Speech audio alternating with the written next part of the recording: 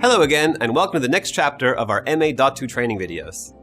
In this video, we're going to look at programming fixtures with groups and presets, storing different types of playbacks, and using different store methods. We are going to assume that you have seen our first video, getting started within minutes, and that you have patched some fixtures into your console already. If not, go back and check out this video now. I'll wait.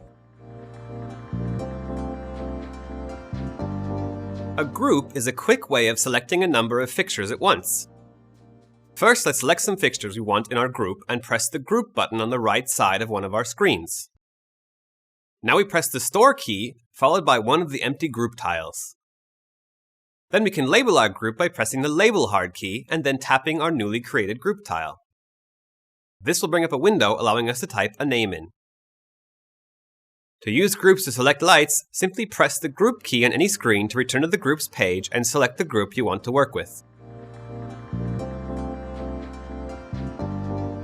We are now going to learn how to create presets. A preset is a simple memory that stores information like colors, gobos, or positions, allowing us to create palettes of these features to make programming faster and easier. Let's select one group of fixtures and turn their dimmer on to full. Then let's switch to the color screen and pick a color. Now we can press the Presets button on the second screen to call up a screen full of empty color presets. Finally, we press the Store key and one of the empty tiles to store our color. As you can see, the console automatically names the color for us. Should we wish to change the name again, we press the Label key and select our color to open the label screen. Next, we are going to store a position. On the right screen, we press the Position button and use the encoders to move our fixtures to a new position. You will notice that when we change the position on this screen, the presets on the second screen also change the positions. To save this position as a preset, let's press the Store key and then a blank position preset on the second screen. Don't forget, we can label our preset by pressing the Label hard key and then tapping on the preset we just created. We can use this process to create a selection of colors, gobos, positions, dimmer levels, or any other attributes for our fixtures. Now we can create looks on stage by selecting groups of lights, manually controlling attributes, and using presets to access data more quickly. Let's go ahead and make something pretty now.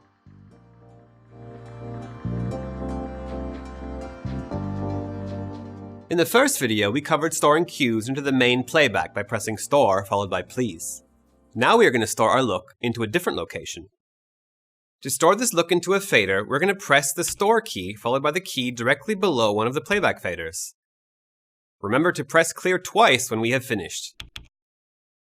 Push the fader up that you have just stored your look on. You should see the look appear on stage. Now let's program some information into a button. We'll select our fixtures again and put them in a new position. Then we press the Store key and one of the buttons above our faders. This will store the position onto that button as a single cue. Buttons default to a toggle, so we can press it to turn it on to move the fixtures to that position. Pressing it again will turn it off, moving the fixtures back to the position they were in before. Finally, we're going to use the Store Look function. Up until now, the console will have only stored the active information we've had in our programmer. To see an example of this, let's press the Clear key twice and pull down any playback faders. Now let's press the button we start our position on.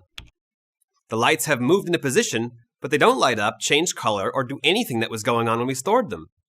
This is because the console only stored the position and not any other data. The Store Look function allows us to store everything that's on stage, whether it's in the programmer or coming from another playback. Let's try this feature out. First, we push the fader up on the playback we created earlier. Then press the button we stored our new position in. Finally, let's select our fixtures and change their color.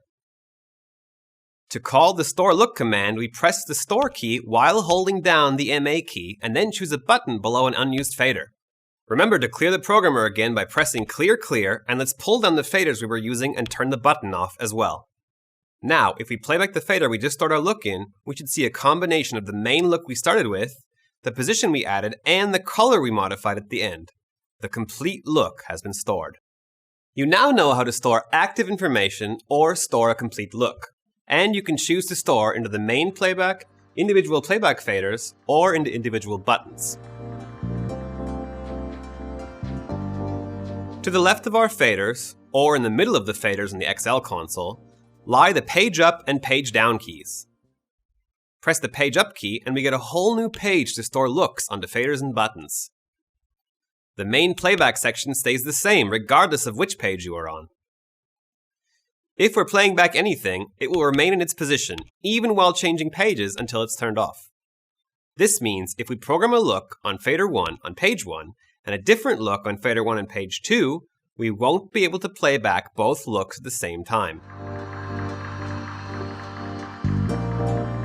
Alright, so this time we've covered grouping our lights together, creating presets, and storing looks into different faders and buttons using some different store methods. Look out for our next video, where we'll get into creating chases and using some simple effects. Also, feel free to try the software yourself. Just visit ma-dot2.com and download the free ma.2 on PC software. While you're there, pick up the absolutely free visualization companion software, ma.2 3D. See you next time.